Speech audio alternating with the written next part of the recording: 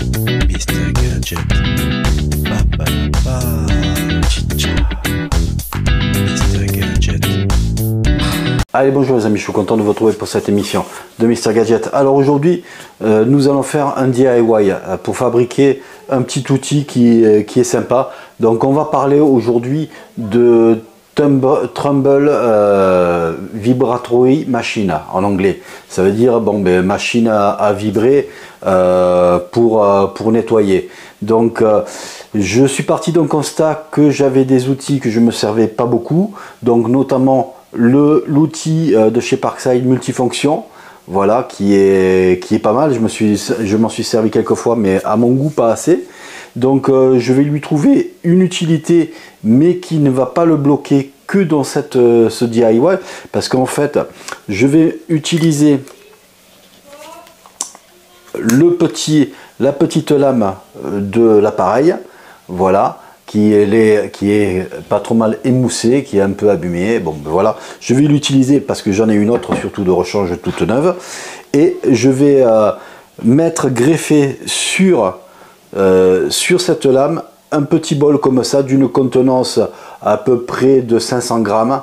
Donc voilà, donc ça va me permettre de nettoyer. Voilà, je vous donne un petit aspect. Voilà, des clous tout rouillés que je veux récupérer, des clés d'outils comme ça qui sont tout abîmées, tout rouillées et que j'ai envie de rattraper.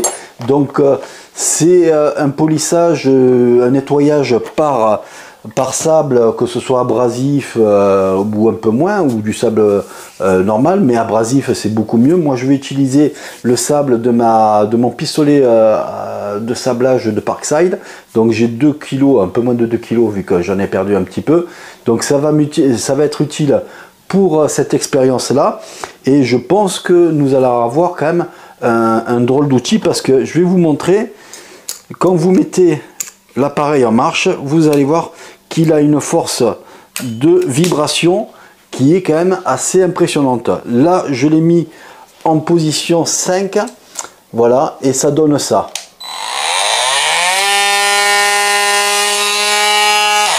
Donc vous voyez, la vibration quand même est assez forte. Donc on a une vitesse qui va jusqu'à 6. Donc moi je vais le mettre à 5. Je ne vais pas le mettre à fond tout le temps. Donc vous allez me dire, mais comment tu vas faire pour bloquer l'appareil? Alors pour bloquer l'appareil, à un moment donné je me suis dit, je vais faire un petit caisson en bois pour le bloquer. Mais donc en fait c'est pas utile d'utiliser du bois pour ça, surtout que j'ai un étau Parkside universel qui se met un petit peu n'importe où grâce à ses pinces. Donc on peut le mettre dans n'importe quel sens, et en fait je vais le bloquer dans ce sens là, comme ça. Voilà, je vais vous montrer comme ça à main levée. C'est pas l'idéal, mais ça fera l'affaire. Donc voilà, je le serrerai mieux lors de la démonstration. Et ça, je vais le bloquer sur une table ou un établi. Donc voilà, j'aurai ma position qui sera fermement serrée, sans abîmer l'appareil bien sûr.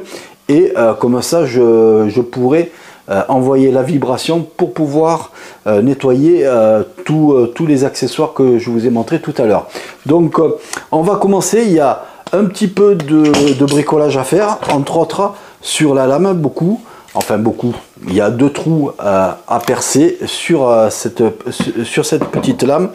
Donc j'ai déjà préparé une lame métal pour percer, pour faire 2 trous, et comme ça je vais pouvoir mettre 2 écrous, voilà, qui va me fixer bien comme il faut, parce que j'avais fait déjà un essai avec de la colle à chaud, et avec les vibrations au bout de quelques minutes, voilà, ça se décolle, ce qui est logique, hein.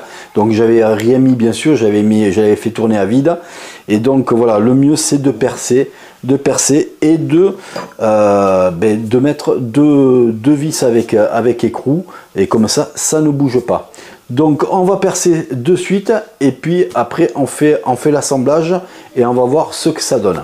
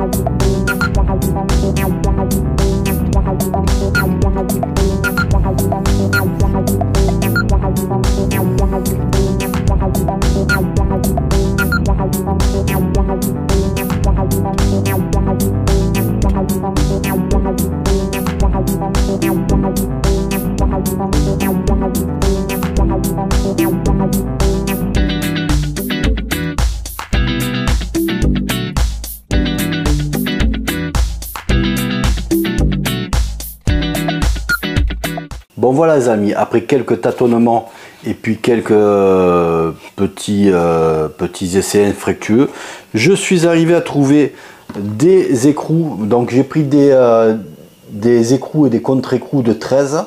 Donc voilà, donc j'ai mis de ce côté là les têtes, elles sont serrées à fond, hein. Bon ben c'est du plastique, c'est très costaud. Donc voilà, après à part un peu la souplesse du bac, mais c'est pas très grave.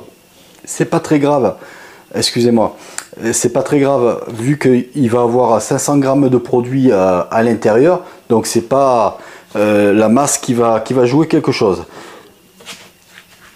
On va mettre en place le bébé, on va le présenter à sa mère.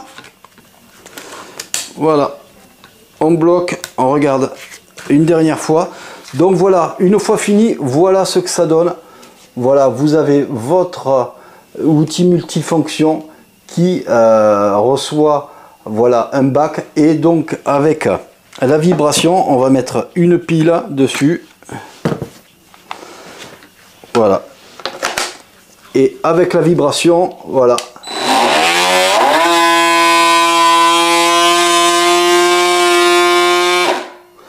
Vous avez compris l'idée. Donc la vibration va faire que le sable va être toujours en mouvement, et donc les pièces que vous avez à décaper, c'est-à-dire voilà toutes ces petites pièces que vous avez à décaper, que vous voulez récupérer, et bien voilà, vous les laissez entre une demi-heure à 2 heures, ça dépend du cas, hein, on va dire, et vous allez ressortir vos affaires, que ce soit les clous, les vis, les outils que vous voulez un petit peu décaper, vous allez les ressortir nickel.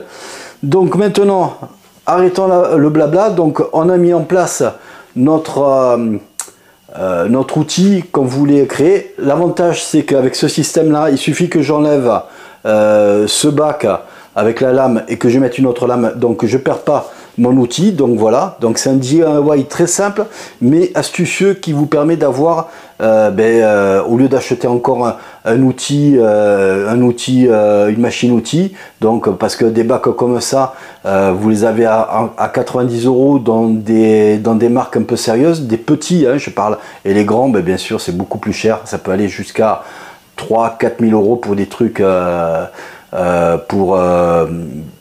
pour des appareils qui reçoivent des jantes de voiture qui veulent être repolies. Donc voilà, c'est le même système aussi. Donc voilà, donc on a un petit bac façon bac à glace et qui va poncer, polir, nettoyer toutes sortes d'objets qui sont soit abîmés par le temps ou la rouille, et donc ça va vous décaper tout ça. Donc on arrête de parler, on va passer à l'essai. Donc on va laisser à peu près ces clous là que je vous ai montré une petite heure dans le bac, et on va voir ce que ça donne après 1 heure. Et donc on fera un essai jusqu'à 2 heures pour voir comment on arrive à retrouver l'aspect nickel des objets. Allez, c'est parti. Bon voilà, donc on a mis en place l'appareillage. Donc on a accès, on peut enlever si besoin est la pile pour la changer. Nous avons le bouton ici, nous avons la vitesse qu'on peut régler ici, donc on a tout accès avec ce système. Donc voilà, j'ai juste utilisé un étau de table, on peut le mettre comme on veut. Donc ça vient de chez Parkside aussi. Donc voilà, donc avec ces deux outils, j'ai fait mon petit bol à vibration pour nettoyer. Voilà.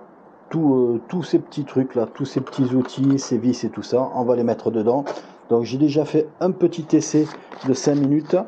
Donc par contre, ça fait du bruit, hein, donc mais bon, on est dehors là, donc ça devrait aller. Je l'ai mis à une vitesse de 2,5, donc ça devrait suffire. Je vais mettre du sable.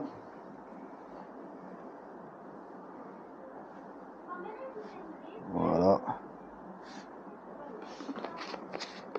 Voilà, j'ai mis à peu près les 3/4 du sable. On va mettre en route directement. Et on va mettre les outils.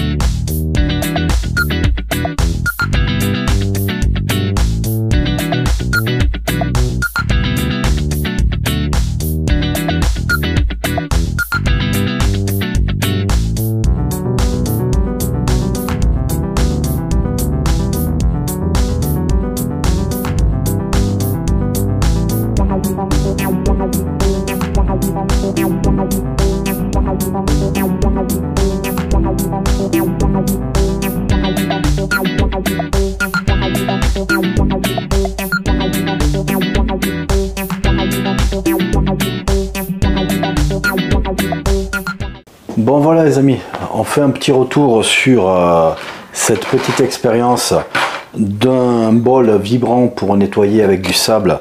Donc apparemment après plus d'une heure d'expérimentation, vous avez vu, toute la saleté, toute la rouille s'est collée sur le bol.